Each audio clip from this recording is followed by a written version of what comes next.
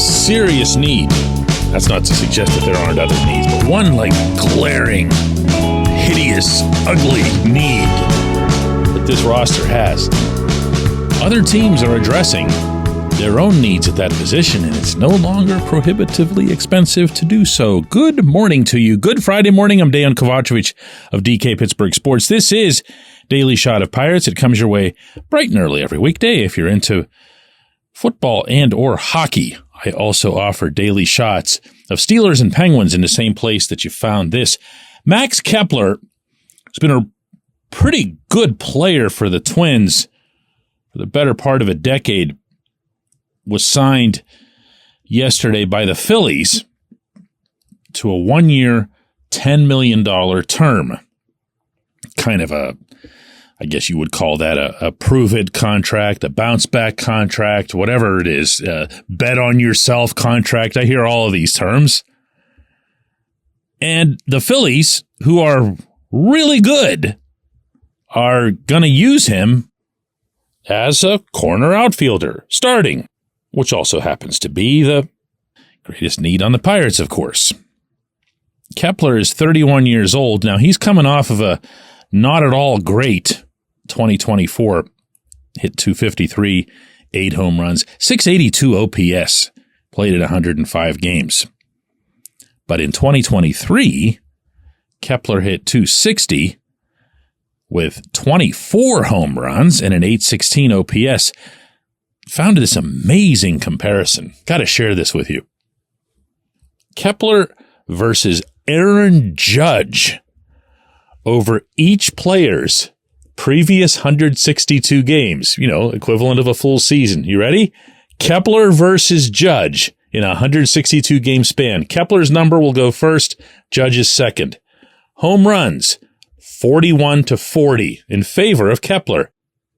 RBIs, 105-87. And in terms of how often they strike out, Kepler struck out 113 times, Judge 216 times. Now, we can all have fun with stuff like this, but that's real, okay? And all the Phillies gave up was a year of commitment and $10 million. So whether or not you believe that Kepler would have been the right guy, whether you take his 2024 more seriously than you take his 2023, the one thing that's indisputable in this scenario is that this is no longer about cost, or it had better not be about cost. The going rate for the free agent corner outfielder who can hit, I'm not going to go over all the money stuff again. Ben Cherington has money to spend.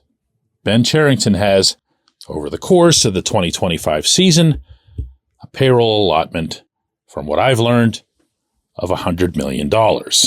And by the way, big parentheses here. When I'm referring to payroll, and I've been doing this for 20 years, I am always referring to the amount that is spent on Major League payroll over the course of an entire year, not the salary count on opening day, because that doesn't mean anything in either direction. The team could add along the way, in which case the payroll would obviously get bigger. The team can subtract along the way, in which case the payroll would get smaller. What it is on opening day means next to nothing. So if Cherington were to go into the season at, 90, 95 or something, don't be wagging a finger at me. It just means he made a commitment to holding on to $5 or $7 million that he could spend by adding players at the trade deadline if he chooses. In the meantime, there is still a huge gap between where the Pirates are in terms of payroll commitment and that number. And being that they already went the route of trading away pitching to bring in Spencer Horwitz, who's going to be at close to minimum wage, it would boggle the senses beyond belief if they weren't to make their single greatest expenditure of this winter that corner outfielder. If it's 3 years at $45 million, which has been the number or close to it that a lot of players in that category have gotten so far. That's what you got to pay. That's the cost of doing business. You got to bring in a bat. You got to do it without giving up young pitching. And you got to do it before they're all gone, right? Can anybody associated with this franchise ever show even a slice of competitive spirit? Meaning, do you really have to wait till all the prices drop? Do you really have to show everyone that you're so smart and you pulled off something that nobody else could? See the player, get the player. When we come back, J1Q. It's Gun Storage Check Week. Help prevent unwanted access to your firearms. No one wants their unsecured gun to be used in an accident, a suicide, or a crime. Use lockboxes, safes, and locks to secure your firearms. Learn more at gunstoragecheck.org. That's gunstoragecheck.org. Brought to you by NSSF, the Firearm Industry Trade Association. Abandon ship, Bob. Sell the team. Are you a Pirates fan who is angry or apathetic about our perennial losing baseball team? Do you feel helpless because you don't know how to make a difference? Well, good news. We have something you can do about it. Join our Sell the Team movement. We're a group of passionate fans voicing our frustration and demanding change through billboard campaigns, press outreach, protests, and involvement at local city government meetings. Go to OurTeamNotHis.com to get involved.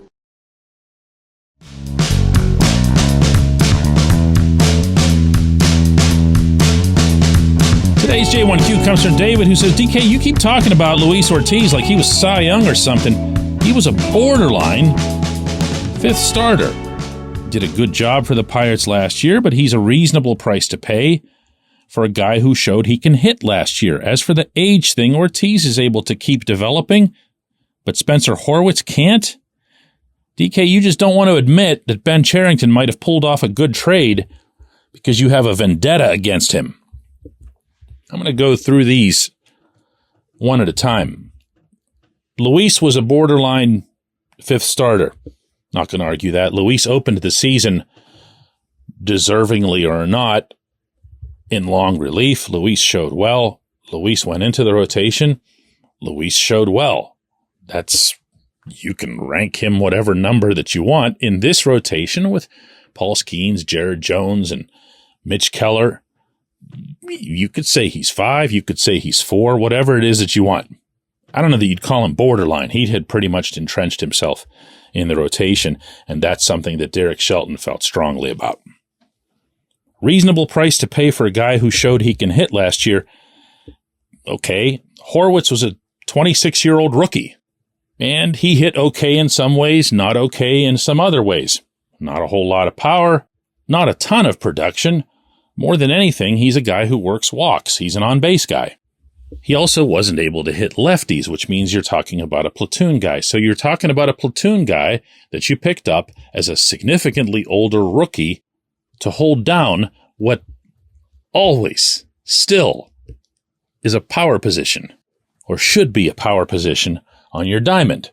Now, if you feel that giving up a major league starting pitcher, which Luis unquestionably is, plus 2 pitching prospects in their teens, is worth a platoon first baseman with not a lot of power who's older and unproven, go nuts. That's your call. That's not something I'm going to argue with either, because that's just a stance. But when you have to punctuate it with the childish thing that I've got some kind of vendetta, let me explain how this works. Cherington does a bad job. I cover the team.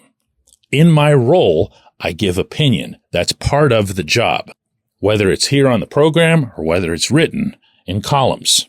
If and when Cherington does a good job, when he has a good trade, a good whatever, I'll say so. Watch, I can do this. It's really easy. Cherington and his entire staff did a terrific job managing Jones all through the system. He was a terrific draft pick. He was the product of solid development. And Cherington and the team very much did the right thing by having him start out the season instead of burying him in the minors to try to save money. See? Easy stuff. Now, I could also cite the 5 billion cases of bad acquisition, bad development, bad instruction, bad everything. But that doesn't make it a vendetta. That means that you're looking at the landscape that's in front of you and you're calling it for what it is. I have never once in 5 years had a negative experience with Cherington. None of this is personal. My life doesn't become any better if he's fired. My job doesn't become any different if he's fired. I just happen to have a strong stance that after a half decade of this level of failure that, by the way, Cherington has tacitly acknowledged by firing all of the people that he's fired this offseason, that the Pirates, as a franchise, would be much better off with somebody else running baseball operations. That's it. That's not a vendetta. Same thing I've been doing in this job for a long time in this city. I do appreciate the other points that you made. I appreciate everybody listening to Daily Shot of Pirates, and we will do another one of these on Monday.